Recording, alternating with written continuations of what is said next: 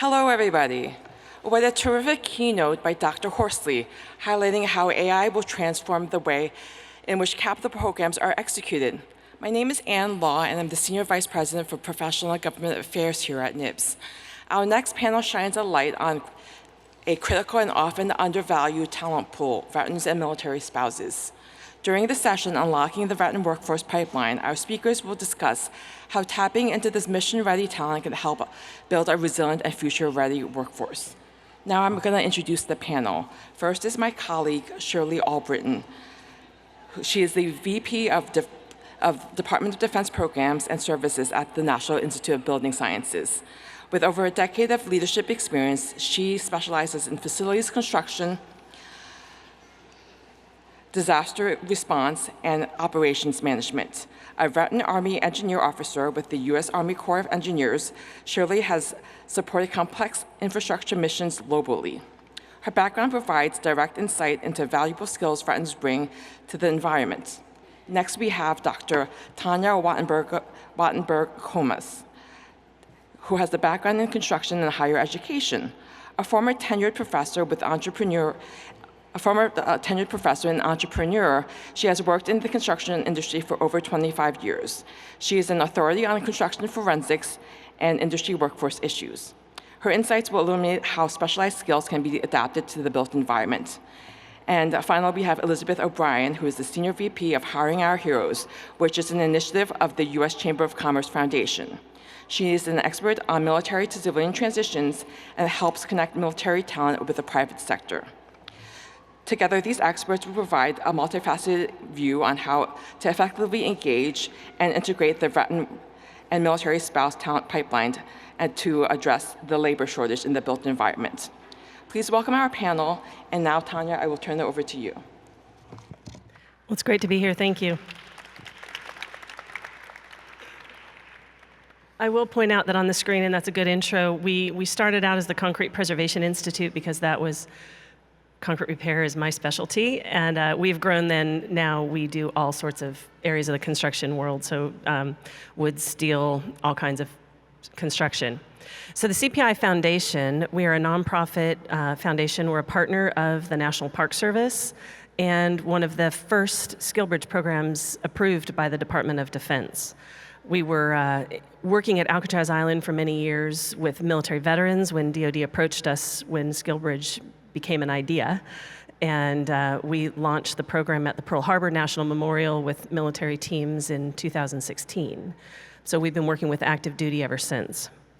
Our goal is, having worked with veterans and then moving into the active duty realm, is to really make that change in the effect before somebody has their last day in uniform. It's a kind of a triple benefit bottom line that we've built over 15 years with propelling the military people into a good career.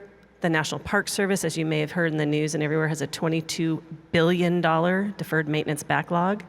And it's a microcosm of the issues with infrastructure across our whole country. So we do the work for the National Park Service, and then while those military people are with us, they're with us for 12 weeks full-time on active duty in a national park. We house them, provide all the transportation, and while they're with us, we're working on interview skills and where they want to live around the United States and getting them job interviews while they are doing the construction work in the park. So in a way, we're sort of, we're a nonprofit construction company, if you will, that does work that the parks need. The output is people for our industry. So as a program for construction, we're very much in the arena that a lot of you are in. And I know there's a lot of great SkillBridge programs out there now, and veteran training programs, where I think we sit in a kind of a unique place where the national parks is really the kind of the tie that we've established between the military and our industry that has always had this recruitment issue, right? We have a hard time getting high school kids or others interested in construction, and we've found that our work with the National Park Service is one way to sort of spark the interest, and somebody comes into the park and happens to fall in love with construction because they're getting to work on the Pearl Harbor National Memorial or Alcatraz Island or somewhere that's meaningful. So it's an amazing transition experience in a very real world setting. And we do management, trades, they get certified in several different areas. That's sort of what we do. So I will pass to this way. Thank you so much, Tanya. You know, when we were on our prep call, it was so cool for me to learn about what you do. And I appreciate tremendously the work that you lead and that you do and that you create. So I've been ingesting a lot since our first call. I'm Liz O'Brien. I'm our Senior Vice President at Hiring Our Heroes. Hiring Our Heroes was founded in 2011 as a response to the crisis that was facing America in terms of veterans going to work. And for the first 2 years, we were just hosting hiring events in communities around the country, right? And so we did about 800 hiring events in 2 years. And then Eric Eversole, who's our current president since 2013, came in and he said, well, why are we waiting until they return to our communities as unemployed veterans? Let's get really left of transition. And so in 2013, we leveraged the partnership we had with Department of Defense and started moving our events on installations, right? So can we interact with transitioning service members, the military connected community, long before they get that DD-214 and go out the door. And then 2014, obviously with the advent of the DoD authority around SkillBridge, like you all, we were one of the first to open our doors and say, we want to create solutions with this. And we're uniquely positioned because we are at the U.S. Chamber of Commerce, right? So we sit at the intersectionality in that we are the foundation, we do not lobby, but we do sit at the intersection of policy and business. And so we were able, as SkillBridge was launched, to go to the many businesses that fall under chambers all around the world, quite frankly, and say, hey, we have this unique opportunity to provide really highly skilled individuals, get them into your companies, let them go to work for 3 months, 6 months, for the 180 days technically that no one seemingly ever gets approved for anymore, and really down to 90 days. And so to date, we've put through about 13,000 fellows under the SkillBridge umbrella. I'm also equally proud of the fact in 2017, we secured a grant with Anne Arundel Workforce because, so to be clear, I'm a military spouse. My husband's still in the Army. I have no idea how this has been going on for over 22 years. It was going to be 5 years, and then we were going to, go live our best life on a beach somewhere. And yet here we are. And so the work for military spouses is equally meaningful to me. In 2017, we started a fellowship pilot program in Anne Arundel County for military spouses, proof of concept, unbelievable results, and then Congress was able to use that data to advocate for the creation of the Military Spouse Career Accelerator pilot that DoD facilitates. So we have the sister program for military spouses where they're paid a stipend as well. And so what started out as hiring events has really turned into true workforce development. We've served well over 1 million people at this point, and we'll serve about 100,000 members of the military-connected community this year. And so each service in each community looks different so that we can be responsive to the needs. And I'll turn over to you, Shirley. Great, thanks so much, Liz. And I'm so excited to be a part of this discussion because I got to go through these programs, and thankful for Hiring Our Heroes because I don't think I would have known anything about the SkillBridge program when I transitioned out of the Army. I was a former Army engineer officer, and as I was looking at approaching my 6 years in, I realized it's a good time for me to make a change. And in 2020, I was a general's aide for the North Atlantic Division Commander. I had lots of exposure to the Army Corps of Engineers, working primarily in a civilian organization. The connections that come with, I had a lot of direct construction experience working in the Army, and I say that because the majority of my peers did not have that. A lot of them have civil engineering backgrounds, but a lot of the Army engineers, a lot of them are combat engineers, and so I felt I was extremely well positioned, and I got to do a longer term SkillBridge program because I worked for a general, so he was the approval, which is a very hard thing to get, and sometimes it's challenging for veterans because there isn't, sometimes in the leadership of the military, you don't get as much positive support when you're transitioning out, especially those that are, very high performing and then they're seen on a career track. And so as I was going through this transition, despite having a lot of this great background, I felt like the stars were all aligned. I still found a lot of hesitancy by organizations because it wasn't through a formal program. I was kind of out seeking a program on my own of, what I essentially considered a free trial run of bringing a veteran into your organization. And I was surprised to see that some organizations were like, oh, I'm not really sure, don't really understand this. They had no exposure to Hiring Our Heroes. They hadn't gone through any of the SkillBridge programs themselves. And it really took me finding champions who maybe had military experience to be able to translate the values that veterans bring. And I think that's what a lot of veterans and peers I've had lack. They lack, being able to translate their skills, finding a champion in industry. And then once I got this great internship, I felt like my SkillBridge internship could not have been more successful.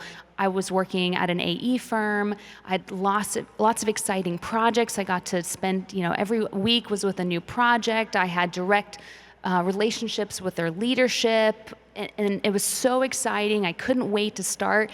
And then I started, and I fell into the statistic of 43% of veterans leave their first civilian company in the first year. By year 2, 80% leave. And programs like the SkillBridge and Hiring Our Heroes have significantly increased retention rates, but I left after the first year, and I think maybe I didn't ask the right questions, of understanding the reality of getting to be a part of all this exciting work. But then if you got to be on a project, you've got to, bring in revenue for the organization. And I think there was a big misalignment with maybe my expectations, the way that the private sector works compared to what I was experiencing in the military. And so the recruitment aspect is really important. It's important to start it early for veterans to make this transition easier, but retention is just as important. And having, I think, a sense of community and value is continuing on after the SkillBridge program, because I think you get so much great exposure. Everyone's so excited you're there. But then once you become an employee, sometimes it's like, all right, what's the next thing we need to move on to? And so I think that's just such a critical piece. And I'm so excited to be a part of this conversation to talk about that component as well, because I think that, even with career pathways, things that you traditionally think you should offer that would make a veteran very excited to stay, sometimes that's not enough. And I think coming from the military, the sense of community is very, very strong, and that's hard in this new work environment that we have. But really appreciate being able to be here in this discussion and looking forward to continue talking about it. I have a comment that maybe, so George, you mentioned, bold new thinking and kind of a change in perspective. I'm really excited to talk more with you because we get some military people that do our program who were interested because of the national park. They generally do fall in love with construction, but for those that don't, it would be great to have a better relationship with your organization so that we can work with you to make sure that they get into the industry that is the best match for them, because of what you were saying about that retention rate, and that's a big deal. We work really hard in our program. One of the things that we've realized is we've really kind of drilled it down to speaking with these active duty people. If you have to choose the geographic location, your job description, or how much money you're going to make, prioritize them. You can't have all three necessarily, but what is your most, and it turns out that the geographic location is a really big deal to a lot of the military people. And if you think about our industry, a lot of the construction companies, you're going to be moving around a lot. And I think there's a big opportunity in our industry to not deny that fact that people do have to potentially move a lot in construction. But I think if we get the entire industry working together on this initiative, just because somebody wants to stay in a certain city and isn't going to stay with your company, get them hired by your neighboring company or one of your subcontractors or a material supplier. This industry is big enough that if we all work together and make sure these people stay in our industry, in their geographic location, I think we can reduce or increase the retention rate. Yeah, and I think you raise a fair point. How do we create mechanisms and collaboration that keep people within industry, right? And so where I can call you and say, hey, this person doesn't want to stay with this company. Do you have an opportunity? They want to stay in that geographic location. I have a question. How many people in here are veterans? How many anyone a military spouse? All right. And does anybody have dedicated hiring efforts to pipeline transitioning service members in? Okay. All right. So maybe this is a bit of a new conversation for some folks in the room. You know, bold innovation. We are at such, I think, such a cool place in our workforce because we are just accelerating change every single day. And so something we challenged ourselves with at HOH because we were so heavily invested in the corporate side of SkillBridge. 3 years ago, we sat down and said, hey, we have to create pathways into skills-based hiring. And so we launched an entire dedicated lane under our fellowship umbrella for that reason, right? And we started building intentional partnerships. So if there's anybody in this room that wants to find out how to get access to that talent that we're pipelining in, certainly we can offer that to you. And then a year ago, we started what we have never had our physical locations. And so we started having conversations with Lowe's because they want to very much close the skills gap in construction. What can we do together? And I will tell you, it actually accelerated more quickly than I ever could have imagined, right? So sometimes things, you turn around and it seems like it moved fast, but it's really been 2 or 3 years. And so the conversation we had in January where Lowe's gave us the thumbs up to time of launch. So we are building skills trades academies on installations specific to the needs of that community, right? So we launched the first one down at Camp Lejeune in mid-July, right? And that's going to pipeline and train folks in the basics of construction. And as we know, so many service members already have skills. But we have had to navigate some challenges with SkillBridge because there is friction, right? People don't want that our military leaders, there's friction to the force, right? Decreasing mission readiness every time I take head count out. And as we went back and looked through historical data for the last 3 years, we saw it was far more likely people get a yes from their commander if we can say it's only going to be for 6 weeks. And so we said, okay, well, we're going to build the Skills Trades Academy for 6 weeks because we believe everybody has the right to a productive transition, not just if they're 23 years old or not if they're 45 years old. Everybody has a need to find meaningful career and work. And so as we built this first Skills Trades Academy, the curriculum is 6 weeks, and then we are matching them with employers in that area, right? And so, of course, a lot of feedback we get from communities is they want to retain the families within the community. And what we can do now with this structure, though, is say, okay, 80% of them want to stay in Jacksonville, North Carolina, but we know 10% want to go to California and 5% to Texas, et cetera. And we can pick up the phone because we have, for the past 3 years, been working to create intentional pathways and partnerships. And we're going to continue to roll those out. Lowe's has been unbelievably gracious in allowing us to build this model, but for then somebody like for another company in the state of Washington to come alongside and say, hey, this is what we need. Can you build this for us, right? And so we're going to be able to meet those needs in communities around the country with the intent of closing the skills gap. Because as everybody probably in here is keenly aware, right, we are losing the demographic cliff, retiring every day, and then we're losing some of the workforce every day around immigration, and how do we continue to close that gap and get really talented, capable people. And I want to be clear, we are building these to serve our entire military-connected community. So it's transitioning service members, military spouses, veteran spouses, Gold Star spouses. We are not beholden to the Department of Defense definition around who we can serve because we're a nonprofit.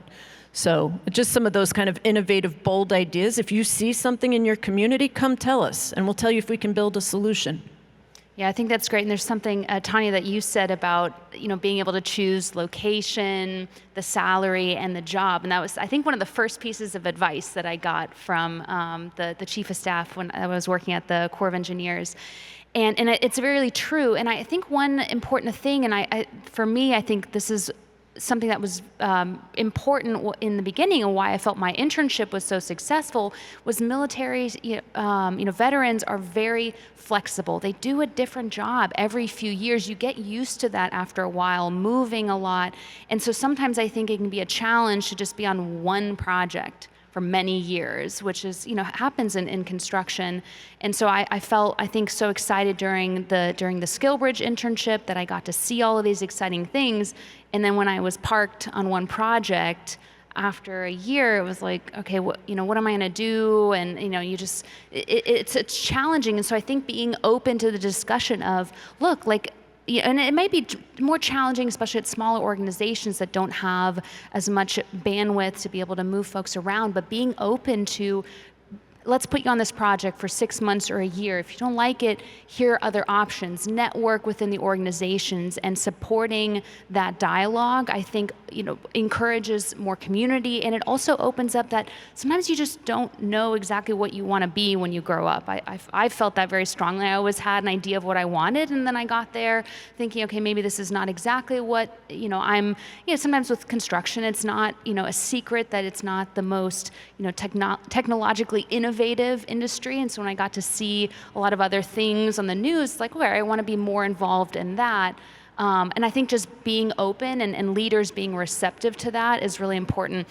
And I think also to the discussion of understanding, veterans' skills. And sometimes it's hard for, to be able to translate a lot of that, especially veterans that have spent a lot of their career in more combat-oriented roles, which is, a requirement of, supporting the mission. It just can't be, everyone can't be in construction or in a design unit. But I think there's still a lot of really relevant skills. And so, being open to trying to understand and working with veterans on, translating their experience is something that, is equitable amongst private sector. And it was interesting, USAA did a study a couple years ago, polling to HR professionals to see, how they evaluated the capabilities and competencies of veterans to their private sector counterparts. And those HR professionals said, they believe that 93% of veterans perform just as well, if not better, than their counterparts. And so I think that speaks to a lot of the additional skills and soft skills that veterans bring, leadership, flexibility, working well under pressure, that I think, can really be leveraged, in our industry. I wanted to come back to the idea of the national parks being a good place for a lot of this to start. Something that our organization has been working on, and I'm familiar with the Great American Outdoors Act that passed 5 years ago and is now up for renewal in the Congress as the America the Beautiful Act. And so there's a lot of questions around funding for national parks. The current legislation is proposing $2 billion a year for the National Park Service for each of the next 8 years as a continuation of money spent over the last 5 years. If you were to take all of the money that is being proposed for the America the Beautiful Act to fix the $22 billion deferred maintenance backlog in the national parks, so again, parks for the next 8 years, $2 billion a year for Park Service. If you took that money over the next 8 years, and rather than go through the normal channels, and I don't want to sound like I'm down on national parks, but I've worked with them for 15 years and things aren't always efficient in project delivery and that kind of thing.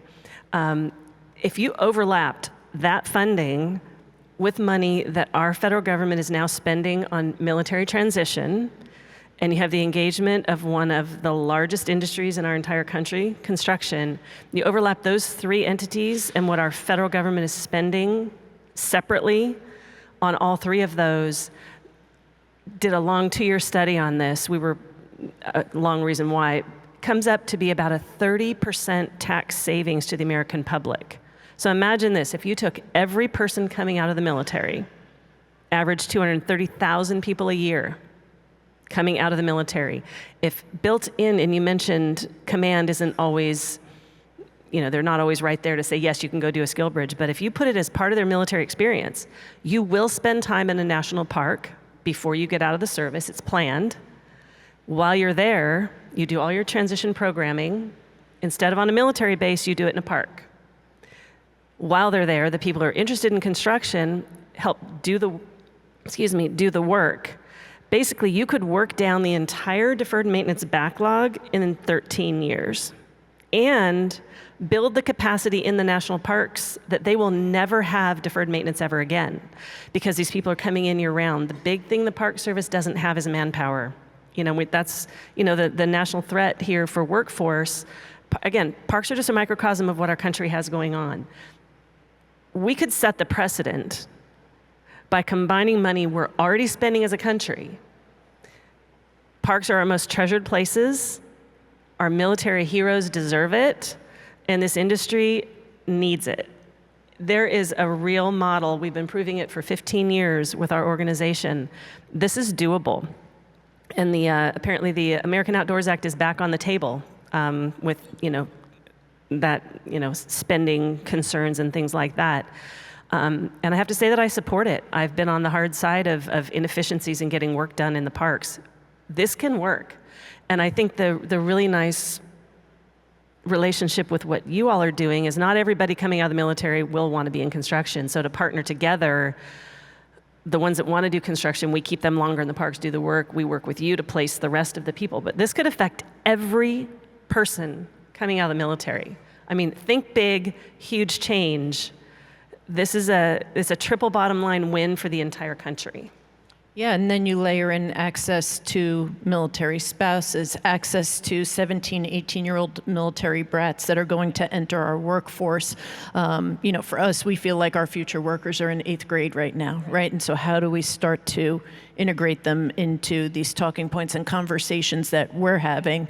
And I certainly want to continue this conversation with you around bold and innovative ideas because my mind's already spinning 100 miles an hour. But I do also want to touch on the fact, around military spouses, right? So we are unemployed at rates of 24% compared to our peers, right? It is a staggering statistic when you think about the fact that the majority of Americans need dual income just to keep their heads above water. You were talking about you always knew what you wanted to do. I also always knew what I wanted to do. I wanted to be a college basketball coach. That was my dream. I did it for over a decade. I got married later in life, and then we moved 7 times in 9 years. We lived in New York, we lived in Hawaii, California, Kansas, Kentucky, Germany, and DC. And when we got to DC, I said, I'm not moving again. If you're called to service, we fully support you. I'm going to stay here with our 3 kids at the time who were under 7. And I recognized I had to change my career, right? And we've been very fortunate that I've been able to stay, and at different times we've lived separately, but we've been able to raise our kids in one place and the cascading impacts. But I had to switch my career. And I found my way to hiring our heroes because I was bold and called somebody I knew there and said, hey, you know anyone at the Washington Wizards? I want to go work in their front office. They were like, no, but we have a coordinator job here, right? And I was 40 years old. And so when you look at my resume around coaching college basketball, well, how the heck do you slide that person into workforce development? But it's the tangible skills. So when we're trying to understand what the soft skills service members have, we equally have to understand what military spouses bring to the table, right? And I had work history, and there are pieces under it that reasons why I've been able to climb the ladder at HOH and have success. But taking the time to understand somebody's resume, specifically a military spouse or a transitioning service member, it requires more than an ATS. It requires somebody that can look at that resume, call me up, turn the paper over, have a conversation with me. But also think about, for a transient industry like construction, if you can get a military spouse in when they're still active duty and they are moving geography to geography, but you can hand them off to partners and create sustainable income for that family, it also increases the likelihood that the service member remains in service to our country. Right? The number one reason in the Army survey of why service members are separating is so that their military spouse can go to work. And so there are so many bold solutions that we can create to put people to work, to close the skills gap that exists in the trades and in construction, and also find ways to retain workers. And I think retention can be increased, that definition, to can we retain them within industry and provide sustainable pathways for growth for them. And I know the statistics and the data is there that military, spouses, veterans, when they stay with an organization where they feel like they get that support, whether they need to move or they want a different job, stay significantly longer than a lot of their civilian counterparts. And even anecdotally, I see it with a lot of my peers and a lot of my former West Point classmates and other ROTC peers. They get out because their spouse has said, look, I'm done, this has impacted my career too much. But then when they're able to find an organization where they feel they're able to either move or go to a partner organization or change a job to then support their spouses, almost career catch up, they stay with those organizations for many, many years. And so I think it's it's important that when you think through building your veteran and military spouse pipeline of what does the recruitment look like, but what is that long-term retention and the value that you can see in that longer-term succession planning as well.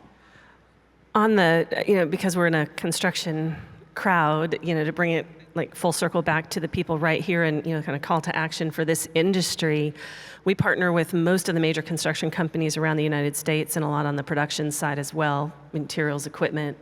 But we've run into one of the same issues that you were just mentioning is people don't really know how to interview an active duty person, a veteran, let alone, but an active duty person. And so we as an industry need to create within every company, large and small, a specific pathway through HR that does not put your resume in the same pile with anybody else. And that is, there's a few big companies that I've told my staff, we're not sending candidates there anymore. They are not, their sense of urgency isn't the same as our military person. They have to commit to this process, and that's an industry-wide problem, I think, that I think everybody can talk about and recognize the value of hiring veterans. They're only beginning to understand, let's work with them while they're in active duty. So we train them in parks, and we can also put them as interns in companies. So I think that's a big one, but I think the call to this industry is really recognize the opportunity of nearly 250,000 people a year that could be the beginning of a new way to look at the recruiting issue this industry has always had. People don't know what they don't know about jobs in our industry. If we can figure it out for people coming out of the military, we can do the same thing with high school kids, people coming out of incarceration that could go through this same process. But again, I'll throw out the national parks is a great needle, and I think you mentioned that on our call that we sort of thread the needle from military to construction through the national parks, but it's a huge part of our country, and it's a good way to create that interest. But this industry, we need a lot of the leaders to get together and figure out how to jump on the bandwagon of the military thing in a whole brand new, whole different way.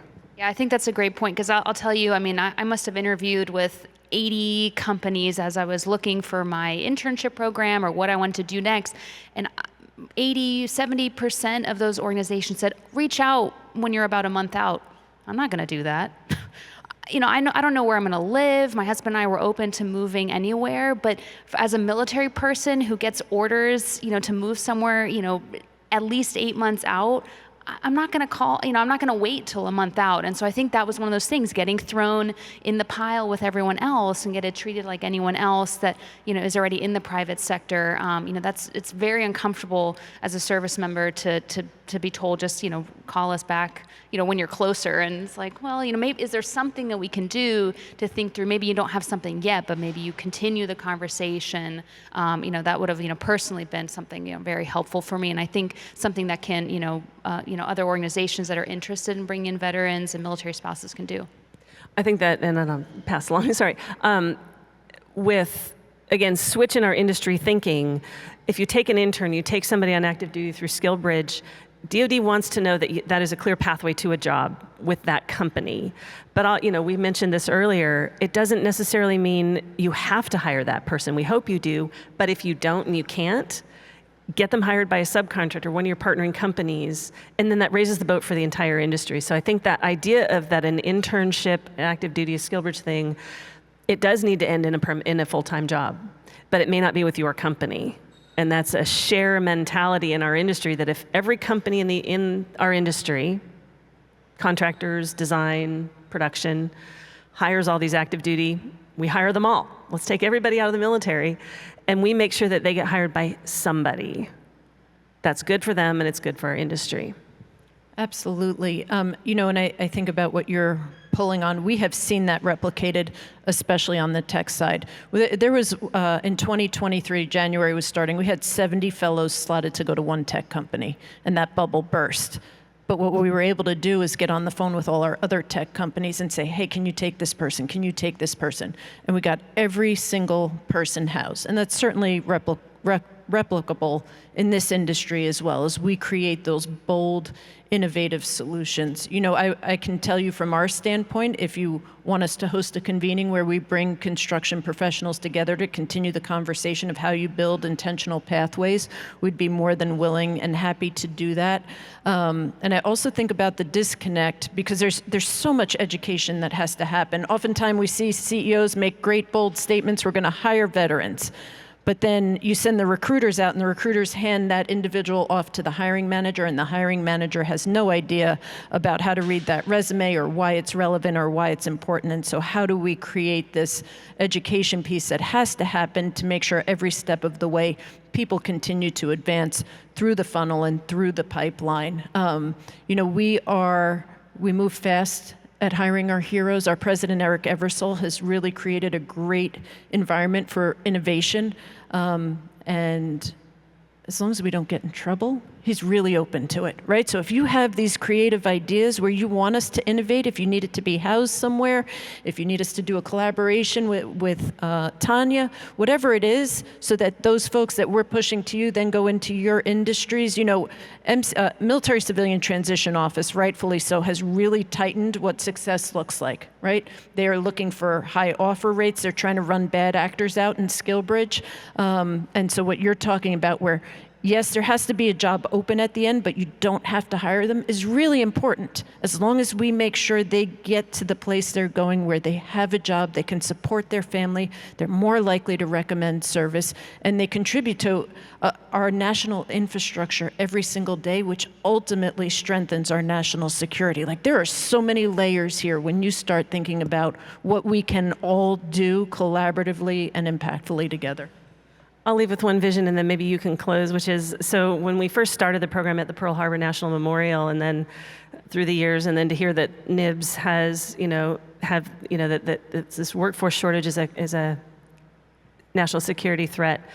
So Battleship Row in Pearl Harbor was all built right before World War II, in anticipation of joining the war, right? Right after the war was when Eisenhower came back from his logistical brilliance in winning World War II by logistics in Europe, built the interstate highway system. And you may know it was partly for commerce, but it was also to be able to get the Army, all the military, from one coast to the other efficiently. People working on somewhere, coming out of the military, working on a place like Battleship Row in Pearl Harbor, Yellowstone National Park, all was built by the United States military. They were the park rangers for the first 44 years of Yellowstone until the National Park Service was formed. The history is there. So these people are getting to find their passion in a place that's meaningful with history to our country. They're discovering what our industry has to offer. And I think there's a real opportunity to bring together three huge critical national needs and address that threat. I think that's a great point. And I think, I'll closing comments before lunch, so I'll make them quick. But I think, there's just a great value that veterans and military spouses bring to the table. And I think a lot of times, at least what I've seen personally, is they're just not maybe leveraged as well as they could be. And I just found through a lot of those interviews and discussions I had, where I had a ticket to be able to say yes to any company I worked with. And a lot of them just had no idea and I think a lot of it too came back to, I have to guarantee offering a job to this person, and that's not the case. And I know, it's difficult for, smaller organizations, but, I applied to lots of larger ones, and I think there was just this lack of understanding of why bring on a veteran, specifically when, I've already got, a lot of other folks applying to these, the positions, the job requisitions I have open.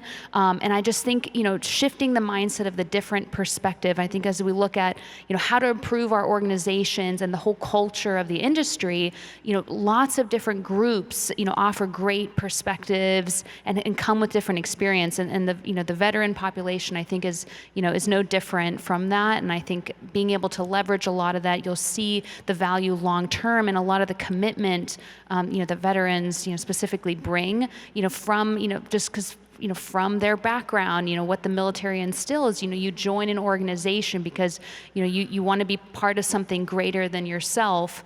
And I think a lot of veterans, feel a very strong sense of loyalty, and they want to see that in the private sector as well. And they will, give back. But a lot of it is just being there. And I think that the champions that and sponsors and mentors I had at the beginning of my transition, I mean, and it was game changing in my whole transition process. And George was one of the first that reached out to me as well, as I was going through this transition process, and staying in touch over the years has, brought immense value to my career long term, not just the transition process. And so I would just challenge, companies that are interested in this, just have the conversation, just be open. If you go to events where you meet veterans, just ask them what they're interested in, and see if you can, just break down the barriers of the immediate no that just comes from, we don't really want to do this, or we don't have the capacity, because I do believe that the value is there long term.